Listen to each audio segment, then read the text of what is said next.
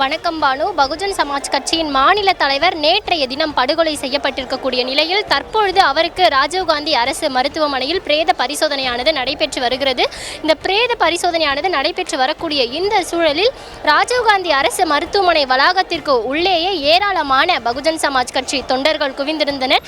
இந்த நிலையில் தற்பொழுது இந்த விசாரணையை சிபிஐக்கு மாற்ற வேண்டும் என வலியுறுத்தியும் தமிழகத்தில் சட்ட ஒழுங்கானது சரியில்லை என குற்றம் சாட்டியும் தற்பொழுது பகுஜன் சமாஜ் கட்சியை சேர்ந்த அவரது ஆதரவாளர்கள் தற்பொழுது ராஜீவ்காந்தி அரசு மருத்துவமனை வளாகத்திற்கு வெளியே போராட்டத்தில் ஈடுபட்டு வருகின்றனர். அதன் நேரடி காட்சிகளை தான் தற்போது நாம் பார்த்து வருகிறோம். குறிப்பாக நேற்றைய தினமே 8 பேரை போலீசார் கைது செய்திருக்கக்கூடிய நிலையில் மீண்டும் மாற்ற வேண்டும் என வலியுறுத்தி தற்பொழுது பகுஜன் சமாஜ் கட்சியின் மாநில தலைவர் ஆம்ஸ்ட்ராங்கின் ஆதரவாளர்கள் தற்பொழுது சாலை மறியலில் ஈடுபட்டு வருகின்றனர். போலீசார் அவர்களை தடுத்து நிறுத்தியுமே கூட சாலை மறியல் தற்பொழுது ஈடுபட்டு வரக்கூடிய காட்சிகளை நம்மால் பார்க்க முடிகிறது. நேற்றைய தினம் 8 பேரை போலீசார் கைது செய்திருக்கக்கூடிய நிலையில் தற்பொழுது இந்த விசாரணை தீவிர நடவடிக்கை எடுக்கப்படும் என தமிழ்நாடு முதலமைச்சர் மு.க. ஸ்டாலின் தெரிவித்திருக்கிறார். இந்த நிலையில் இந்த விசாரணையை இந்த படுகொலை செய்யப்பட்ட இந்த விசாரணையை சிபிஐக்கு மாற்ற வேண்டும் என தற்பொழுது அவரது ஆதரவாளர்கள் மூடியும் கூட அங்கு இருக்கக்கூடிய அவர்களது ஆதரவாளர்கள் போராட்டத்தில் ஈடுபட்டு வருகிறார்கள். தற்பொழுது இந்த ராஜீவ்காந்தி அரசு மருத்துவமனைக்கு வெளியில் இருக்கக்கூடிய அந்த சாலையில் பூந்தமல்லி நெடுஞ்சாலையில் இந்த சாலை மறியலானது தற்பொழுது ஈடுபட்டு வருவதால் இங்கு இந்த வழியை செல்லக்கூடிய பேருந்துகள் அனைத்துமே அப்படியே நிறுத்தி வைக்கப்பட்டிருக்கின்றன. மேலும் இது ஒரு முக்கியமான சிக்னல் சந்திப்பு என்பதால் பேருந்துகள் பொதுமக்களுக்கு இது பெரும் இடையூறாக இருக்கிறது. தற்பொழுது இவ்வழியே வரக்கூடிய அனைத்து பேருந்துகளுமே அப்படியே நிறுத்தி வைக்கப்பட்டிருக்கின்றன. தொண்டர்கள் அவர்களது ஆதரவாளர்கள் உடலை வாங்க மறுத்து இந்த விசாரணையை சிபிஐக்கு மாற்ற வேண்டும் என வலியுறுத்தி இந்த சாலை மறியலில் தற்பொழுது ஈடுபட்டு வருகின்றனர். சுமார் 1000த்திற்கும் மேற்பட்ட போலீசார் இங்கு பாதுகாப்பு பணியில் ஈடுபட்டு வரக்கூடிய இந்த சூழ்நிலையிலும் கூட சாலை மறியலில் ஈடுபட்டிருப்பது தற்பொழுது ராஜீவ்காந்தி அரசு மருத்துவமனை வளாகத்திற்கு வெளியே பெரும் பரபரப்பை ஏற்படுத்தி இருக்கிறது. பானு,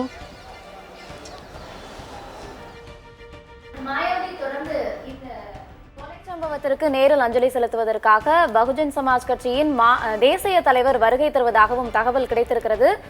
இது தொடர்பான விவரங்கள் என்ன மாயாவதி?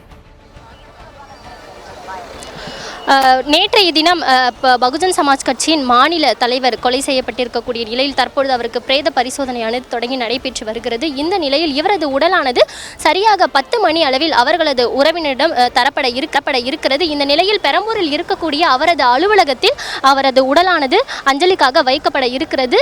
உடலை அஞ்சலிக்காக வைக்கப்படக்கூடிய ஆம்ஸ்ட்ராங்கின் உடலை பகுஜன் சமாஜ் கட்சியின் தேசிய தலைவர் மாயாவதி நேரில் அஞ்சலி செலுத்த உள்ளார். பிற்பகலில் அவர் அஞ்சலி செலுத்திய பின்னர் மீண்டும் லக்னோ செல்ல இருப்பதாக அண்மை தகவலானது வெளியாகி இருக்கிறது. பானு, உடலை வாங்க தொடர்ந்து மறுப்பு தெரிவிக்கப்பட்டு வருகிறது. உடற்கூறாய்வு முடிந்திருக்கிறதா? அந்த வீடியோ எதுவும் வெளியாகுவதற்கான வாய்ப்புகள் இருக்குதா?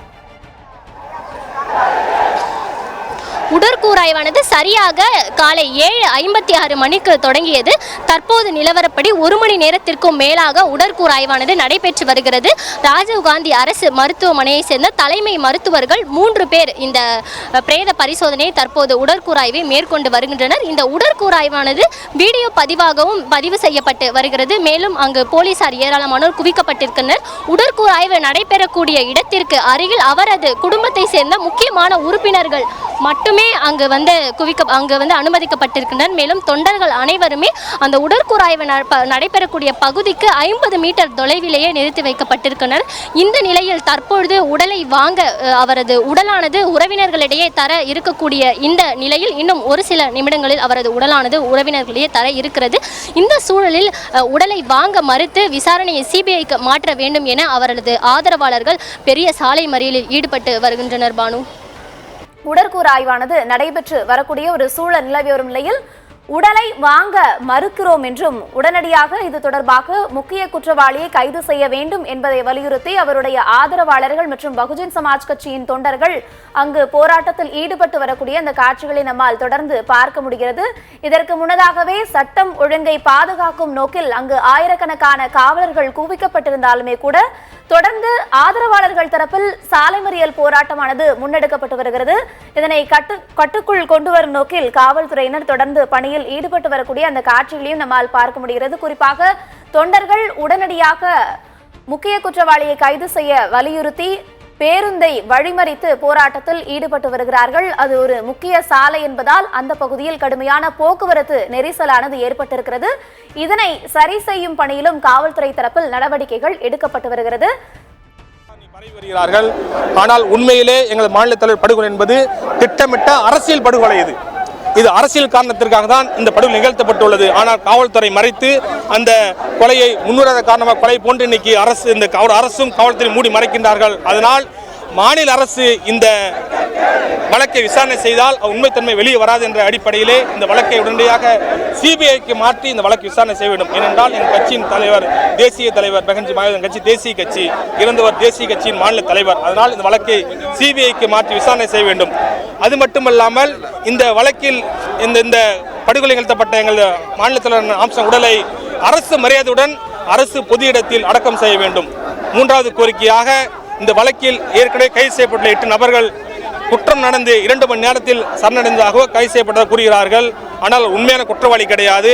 ஏனென்று சொன்னால் ஒரு கொலை செய்த நபர் 2 மணி நேரத்தில் காவல்துறை தைரியமாக போய் ஆஜராக முடிகிறது, காவல்துறை கைது செய்யப்படுகிறது என்று சொன்னால் இது காவல்துறை சேர்ந்து நடத்தப்பட்டதாக நாங்கள் கருதுகின்றோம்.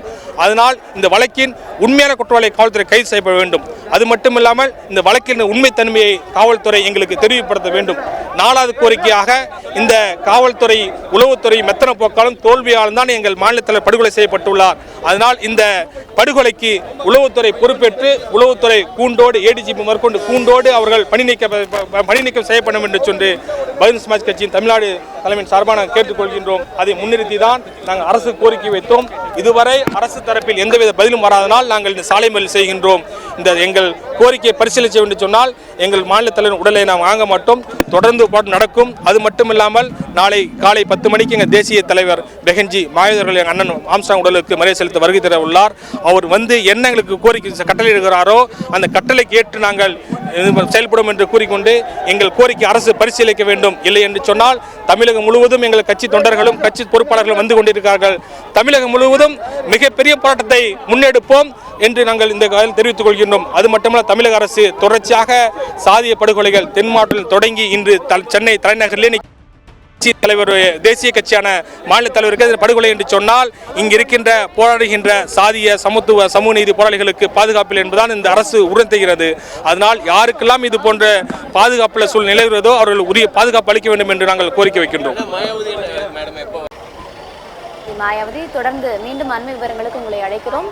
தொடர்ந்து ஆம்ஸ்ட்ராங் கொலை செய்யப்பட்ட சம்பவத்திற்கு பல்வேறு எதிர்க்கட்சிகள் தரப்பிலும் கண்டனங்கள் வலுத்து வருகிறது. தமிழக பாஜக மாநில தலைவர் அண்ணாமலையும் எதிர்க்கட்சி தலைவர் எடப்பாடி பழனிசாமி, தமிழக வெற்றி கழகத்தின் தலைவர் விஜய் உள்ளிட்ட பல்வேறு அரசியல் கட்சி தலைவர்கள் இதற்கு கண்டனத்தை பதிவு செய்திருக்கிறார்கள். தற்போது வரை இந்த சம்பவத்தில் 8 பேர் கைதாகியுள்ள நிலையில் உண்மையான குற்றவாளிகளை கைது செய்ய கோரி மருத்துவமனை வளாகத்தின் முன்பாக அவருடைய பகுஜன் சமாஜ் கட்சியின் ஆதரவாளர்கள் மற்றும் தொண்டர்கள் தொடர் போராட்டத்தில் ஈடுபட்டு வருகிறார்கள். குறிப்பாக சென்னை ராஜீவ்காந்தி அரசு மருத்துவமனை அருகே இருக்கக்கூடிய அந்த முக்கியமான சாலையில் அவர்கள் சாலை மறியலில் ஈடுபட்டு வருவது அங்கு போக்குவரத்து நெரிசலை ஏற்படுத்தி இருக்கிறது. காலை நேரம் என்பதால் அனைத்து பேருந்துகளும் அங்கு நிறுத்தப்பட்டிருக்கிறது. பேருந்து முடக்கம் ஏற்பட்டிருக்கிறது. தொடர்ந்து சட்டம் ஒழுங்கு சீர்கெட்டுவிடக்கூடாது என்பதற்கான நடவடிக்கைக்காக அங்கு ஆயிரக்கணக்கான காவலர்கள் குவிக்கப்பட்டிருந்தாலுமே கூட அவருடைய தொண்டர்கள் மருத்துவமனை வளாகம் முன்பு தொடர்ந்து போராட்டத்தில் ஈடுபட்ட வண்ணம் இருப்பதை நம்மால் பார்க்க முடிகிறது. தற்போது அந்த தொண்டர்கள் போராட்டத்தில் ஈடுபட்டு வரக்கூடிய காட்சிகளை பார்க்கலாம்.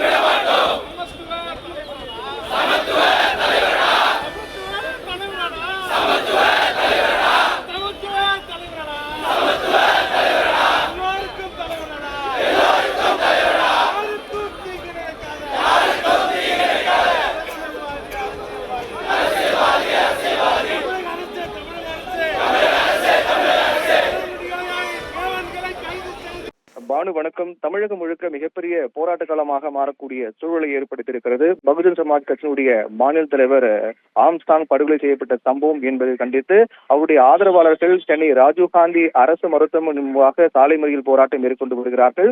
பல்வேறு கோரிக்கைகளை அவர்கள் முன்வைத்து இந்த போராட்டத்தை மேற்கொண்டிருக்கிறார்கள். அவருடைய முக்கியமான கோரிக்கை கோஷம் என்பது இந்த படுகொலை தொடர்பாக இதுவரை 8 பேரை கைது செய்திருப்பதாக தமிழக காவல்துறை தெரிவித்திருக்கிறார்கள். ஆனால் கைது செய்யப்பட்டவர்கள் என்பது உண்மையான குற்றவாளிகள் அல்ல, கணக்கு காட்டுவதற்காக இந்த கைது நடவடிக்கையானது தற்காலிகமாக மேற்கொள்ளப்பட்டிருக்கிறது என்றும் கண் துடைப்புக்காக இந்த கைது நடவடிக்கை அவர்கள் தற்காலிகமாக மேற்கொண்டிருக்கிறார்கள் என்ற குற்றச்சாட்டையும் ஆம்ஸ்டாங்குடைய ஆதரவாளர்கள் முன்வைக்கிறார்கள். அதனால் உண்மையான குற்றவாளிகளை விரைவாக கைது செய்து நடவடிக்கை எடுக்கப்பட வேண்டும், அவர்கள் மீது கடும் நடவடிக்கை எடுக்கப்பட வேண்டும் என்ற கோரிக்கையை அவருடைய ஆதரவாளர்கள் முன்வைக்கிறார்கள். அதே போன்று இந்த படுகொலையை கண்டித்து தமிழகம் முழுக்க பல்வேறு இடங்களில் பகுஜன் சமாஜ் கட்சி சார்பில் மிகப்பெரிய போராட்டங்கள் நடத்தப் போவதாகவும் அறிவித்திருக்கிறார்கள். இந்த சம்பவத்தை கண்டித்து, அதாவது உளவுத்துறையை பொறுத்தவரையில் சரியாக இந்த முன்னெச்சரிக்கை நடவடிக்கை எதுவும் மேற்கொள்ளப்படவில்லை என்றும் இது குறித்து சரியான விளக்கத்தை உளவுத்துறை தர மறுத்திருக்கிறது. சரியான விளக்கத்தை அவர்கள் தராத காரணத்தால் உளவுத்துறை என்பது செயலிழந்து விட்டதாகவே கூறப்படுகிறது என்றும், அதனால் உளவுத்துறையை கூண்டோடு ராஜினாமா செய்ய வேண்டும், அதற்காக தமிழக முதலமைச்சர் நடவடிக்கை எடுக்க வேண்டும் என்ற கோரிக்கை அவர்கள் முன்வைக்கிறார்கள். அதே போன்று மறைந்த பகுஜன் சமாஜ் கட்சியினுடைய மாநில தலைவர் ஆம்ஸ்டாங் உடலுக்கு இறுதி அஞ்சலி செலுத்துவதற்காக நாளை காலை 10 மணி அளவில் பகுஜன் சமாஜ் கட்சியினுடைய தேசிய தலைவர் மாயாவதி சென்னை வர இருப்பதாக தெரிவிக்கப்பட்டிருக்கிறது. அதற்கான ஏற்பாடுகளையும் தாங்கள் செய்து வருவதாக அவர்கள் கூறி வருகிறார்கள். இந்நிலையில் அவரோடு அவருடைய தொண்டர்கள் பகுஜன் சமாஜ் கட்சியினுடைய மாநில தலைவர் ஆம்ஸ்டாங்கோடு பேசிக் கொண்டிருந்த மேலும் 2 பேருக்கு வெட்டுக்காயம் இருந்தது. அவர்களும் இந்த படுகொலை சம்பந்தமாக தங்களுடைய வாக்குமூலங்களை அளித்தார்கள். திடீரென்று 3 இருசக்கர வாகனங்கள் 6 பேர் வந்தார்கள் என்றும், கண்ணிமைக்கும் நேரத்தில் தரமாரியாக வெட்டி தப்பி ஓடினார்கள். அவர்கள் தடுக்க முயன்ற போது எங்களுக்கும் வெட்டுக்காயம் ஏற்பட்டது என்றும், உணவு டெலிவரி செய்யக்கூடிய உடையில் அவர்கள் வந்ததால் சரியாக எங்களால் அடையாளம் காண முடியவில்லை என்றும் தெரிவித்திருந்தார்கள். காயமடைந்த அந்த 2 பேருக்கும் சென்னை ஸ்டான்லி அரசு மருத்துவமனையில் சிகிச்சை அளிக்கப்பட்டு வருகின்றது. அதைத் தொடர்ந்து அங்கு அந்த பகுதியில் பொருத்தப்பட்டிருக்கூடிய கண்காணிப்பு கேமராக்களை போலீசார் உடனடியாக கைப்பற்றி ஆய்வு செய்து வருகிறார்கள். அதற்கு இந்த சம்பவம் நடைபெறுவதற்கு 2 நாட்கள் முன்னதாகவே கூட இது பல நாட்களாக மேற்கொள்ளப்பட்ட திட்டமிட்ட கொலை என்று கூறப்படுகிறது. 2 நாட்களுக்கு முன்னதாகவே கூட அந்த பகுதியில் இருக்கக்கூடிய பல்வேறு சிசிடிவி கேமராக்கள் மர்மமான முறையில் உடைக்கப்பட்டிருப்பதாக கூறப்படுகிறது. அப்படி என்றால் பல நாட்களாகவே இதற்கான திட்டம் தீட்டி அவர்கள் இந்த கொலைக்காக அவர்கள் திட்டம் தீட்டியது இதன் மூலமாக தெரிய வந்திருக்கிறது. அந்த 8 பேர் கைதாகி இருக்கிறார்கள். விசாரணை மிக தீவிரமாக நடைபெற்று வருகிறது. மேலும் இது யாருக்கெல்லாம் தொடர்பு என்பது குறித்து விசாரித்து வருகிறார்கள். இந்த கொலையினுடைய பின்னணி பொறுத்தவரையில் ஆற்காடு சுரேஷ் என்ற பெயர் தான் அதிகமாக அடிபடுகின்றது. ஆற்காடு சுரேஷ் உடைய சகோதரர் மற்றும் அவருடைய நண்பர்கள் தான் சேர்ந்து இந்த படுகொலை செய்திருப்பதாக கூறப்பட்டிருக்கிறது. அதற்கு முக்கியமான காரணம் பொறுத்தவரையில் ஆற்காடு சுரேஷ் என்பது அவரும் கொலை செய்யப்பட்டார். அதுக்கு ஆம்ஸ்டாங்குடைய ஆதரவாளர் ஆம்ஸ்டாங் தான் காரணம் என்றும் சொல்லப்பட்டு, அந்த ஆற்காடு சுரேஷ் உடைய பிறந்த நாள் அல்லது நினைவு நாளில் இந்த ஆம்ஸ்டாங் தீர்த்து கட்ட வேண்டும் என்று அவர்கள் திட்டம் தீட்டிருப்பதாக கூறப்படுகிறது. ஆற்காடு சுரேஷுடைய பிறந்த நாளை அன்று ஆம்ஸ்டாங்கை அவர்கள் படுகொலை செய்திருப்பதாகவும் கூறப்படுகிறது. இந்நிலையில் தான் ஆற்காடு சுரேஷுடைய சகோதரர்கள் மற்றும் அவருடைய கூட்டாளிகளையும் போலீசார் கைது செய்திருப்பதாக தொடர்ந்து விசாரணை மேற்கொள்ளப்பட்டு வருவதாக சொல்லப்பட்டு வருகின்ற நிலையில் பல்வேறு இடங்களில் பகுஜன் சமாஜ் கட்சியினர் போராட்டங்கள், சாலை மறியல்கள் மேற்கொண்டு வருகிறார்கள். இந்த சாலை மறியலுக்கு மிக முக்கியமான காரணம் என்பது குற்றவாளிகள் கைது செய்யப்படவில்லை, கண்துடைப்புக்காக திட்டமிட்டு சிலரை கைது செய்திருக்கிறார்கள். அவர்கள் உண்மையான குற்றவாளி இல்லை என்ற அவர்கள் குற்றச்சாட்டை முன்வைக்கிறார்கள். இவர்களுடைய சாலை மறியல் காரணமாக அந்த பகுதியில் போக்குவரத்தானது மாற்றம் செய்யப்பட்டிருக்கு குவிக்கப்பட்டிருக்கிறார்கள். சாலை மறியல் போராட்டம் என்பது ஆம்ஸ்டாங் உடல் பிரேத பரிசோதனைக்காக வைக்கப்பட்டிருக்கூடிய சென்னை ராஜீவ்காந்தி அரசு மருத்துவமனை வளாகம் முன்பாக இந்த சாலை மறியல் போராட்டம் மேற்கொண்டு வருகிறார்கள். இதற்கு முன்னதாக நேரம் செல்ல செல்ல அவருடைய ஆதரவாளருடைய வருகை என்பது கட்டுக்கடங்காமல் சென்று கொண்டே இருக்கின்றது. அவர்கள் சாலை மறியல் மேற்கொள்வதற்காக அந்த ராஜீவ்காந்தி அரசு மருத்துவமனை வளாகத்திலிருந்து வெளியே வர முற்பட்ட போது போலீசார் அவர்களை தடுத்து நிறுத்தினார்கள். அப்போது போலீசாருக்கும் பகுஜன் சமாஜ் கட்சியினருக்கும் இடையே தள்ளுமுள்ளு வாக்குவாதம் ஏற்பட்டது. பின்னர் போலீசாருடைய கடும் எதிர்ப்பையும் மீறி பகுஜன் சமாஜ் கட்சியினர் சாலையில் அமர்ந்து மறியல் போராட்டத்தை மேற்கொண்டிருக்கிறார்கள். இந்த மறியல் போராட்டம் காரணமாக சென்னை கடற்கரையில் இருந்து கோட்டை செல்லக்கூடிய சாலை, பாக் செல்லக்கூடிய சாலை மற்றும் அங்கிருந்து வரக்கூடிய சாலைகள் முற்றிலுமாக துண்டிக்கப்பட்டிருக்கிறது. போக்குவரத்து என்பது ஸ்தம்பித்திருக்கிறது. போக்குவரத்து நெரிசல் ஏற்பட்டிருக்கிறது. இதன் காரணமாக மாற்றுப்பாதைகளுக்கு ஏற்பாடு செய்யப்பட்டு மாற்றுப்பாதையில் போக்குவரத்தானது ஏற்பாடு செய்யப்பட்டிருக்கிறது. இந்த சாலை மறியல் போராட்டத்தை கைவிட்டு அமைதியான முறையில் திரும்ப வேண்டும் என்று போலீசார் தொடர்ந்து பேச்சுவார்த்தை மேற்கொண்டு வருகிறார்கள். ஆனால் பகுஜன் சமாஜ் கட்சியினர் தொடர்ந்து தங்கள் கோரிக்கையும் கோஷங்களையும் முன்வைத்து அவருடைய மறியல் போராட்டம் என்பது மிக தீவிரமாக நடைபெற்று வருகின்றது. குறிப்பாக இந்த மறியல் போராட்டத்தின் போது போலீசாருக்கும் பகுஜன் சமாஜ் கட்சியினருக்கும் இடையே தள்ளுமுள் ஏற்பட்டிருக்கிறது. மறைந்த பகுஜன் சமாஜ் கட்சியினுடைய மாநில தலைவர் ஆம்ஸ்ட்ராங்குடைய உடலானது நாளை காலை அடக்கம் செய்யப்படும் என்று தெரிவிக்கப்பட்டிருக்கிறது. தற்போது பிரேத பரிசோதனைக்காக அவருடைய உடலானது ராஜீவ்காந்தி அரசு மருத்துவமனையில் வைக்கப்பட்டு பிரேத பரிசோதனைக்கான ஏற்பாடுகள் எல்லாம் செய்யப்பட்டு வருகின்றன. தொடர்ந்து தமிழக அரசின் மீது பல்வேறு குற்றச்சாட்டுகளை முன்வைக்கிறார்கள். தமிழக அரசின் உளவுத்துறை என்பது செயலிழந்து விட்டது என்றும் உளவுத்துறை சரியாக இல்லை, திறனற்ற வகையில் தற்போது உளவுத்துறை இருப்பதாக குற்றம் சாட்டப்பட்டு வருகிறது.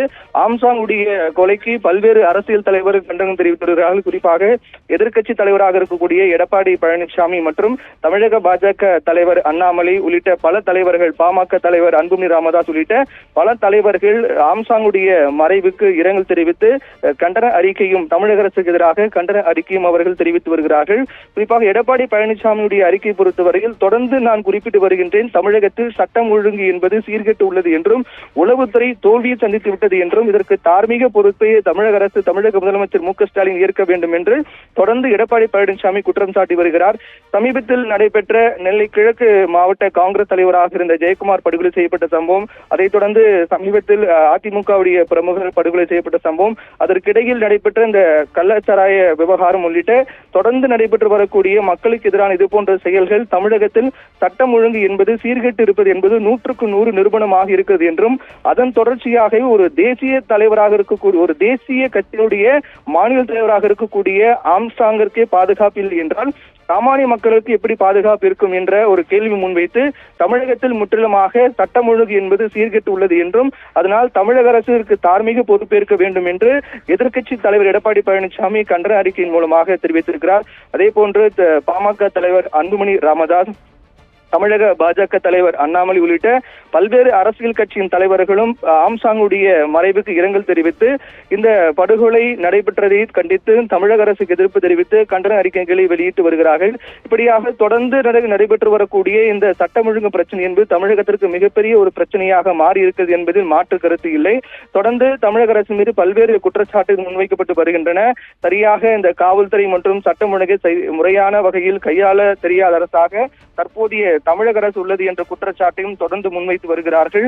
குறிப்பாக இந்த கள்ளச்சாராய விவகாரத்தை தொடர்ந்து அதைத் தொடர்ந்து பல்வேறு நாட்களில் நடைபெற்ற இந்த படுகொலை சம்பவங்கள் என்பது தமிழகத்தில் உளவுத்துறை என்பது இருக்கிறதா இல்லையா என்ற கேள்வி எழுப்பியிருப்பதாகவும் உளவுத்துறை முற்றிலும் தோல்வியற்ற துறையாக, தோல்வியடைந்த துறையாக மாறி இருப்பதாக குற்றச்சாட்டு முன்வைக்கப்பட்டு வருகிறது. என்றால் ஒரு மாநில தலைவர், ஒரு தேசிய கட்சியினுடைய மாநில தலைவருக்கு ஒரு பாதுகாப்பு இல்லாத நிலையாக தான் தமிழகம் தற்போது மாறி இருப்பதாக குற்றச்சாட்டை முன்வைத்து வருகிறார்கள். இந்த படுகொலை சம்பவம் வந்து ஏற்கனவே திட்டமிடப்பட்டு இதற்காக பல நாட்கள் திட்டம் தீட்டி இருப்பதாக தான் தெரிய வந்திருக்கிறது. என்றால் தொடர்ந்து பகுஜன் சமாஜ் கட்சியினுடைய மாநில தலைவர் ஆம்ஸ்ட்ராங் பெரம்பூரில் புதிதாக ஒரு பெரிய அளவில் இல்லம் கட்டி வருகின்றார்.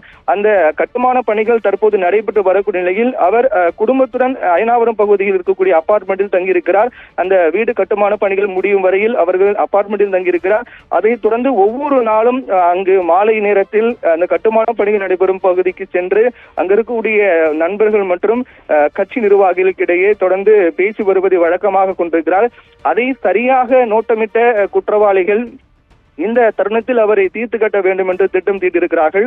ஒவ்வொரு நாளும் மாலை நேரத்தில் அவர் பெரம்பூரில் இருக்கக்கூடிய அவருடைய இல்லம் கட்டுமான பணிக்கு அருகே நண்பரோடு பேசிக் கொண்டிருப்பதை கவனித்து அவரை அந்த நேரத்தில் தீர்த்து கட்ட அவர்கள் திட்டமிட்டிருக்கிறார்கள். இரவு சரியாக 8:30 மணியிலிருந்து 9 மணிக்குள்ளாக இந்த திட்டத்தை நிறைவேற்ற அவர்கள் திட்டம் தீட்டிருக்கிறார்கள். ஆற்காடு சுரேஷ் அவருடைய சகோதரர்கள் அந்த அணிதான் இந்த கொலை சம்பவத்தை நடத்தியிருக்கிறார்கள் என்பது போலீசார் விசாரணை மூலமாக தெரிய வந்திருக்கின்றது.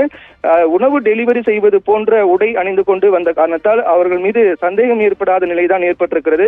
3 இருசக்கர வாகனங்களில் வந்திருக்கிறார்கள். 3 இருசக்கர வாகனங்களில் மொத்தமாக 6 பேர் வந்திருக்கிறார்கள். 6 பேர் வந்து கண்ணிமைக்கும் நேரத்தில் அவர் அந்த புதிய இல்லத்துக்கான கட்டுமான பணிகள் நடைபெற்ற இடத்திற்கு அருகே பேசிக் கொண்டிருந்த போது கண் இமைக்கும் நேரத்தில் சரமாரியாக ஆம்சாங்கை வெட்டி விட்டு ஓடியிருக்கிறார்கள்.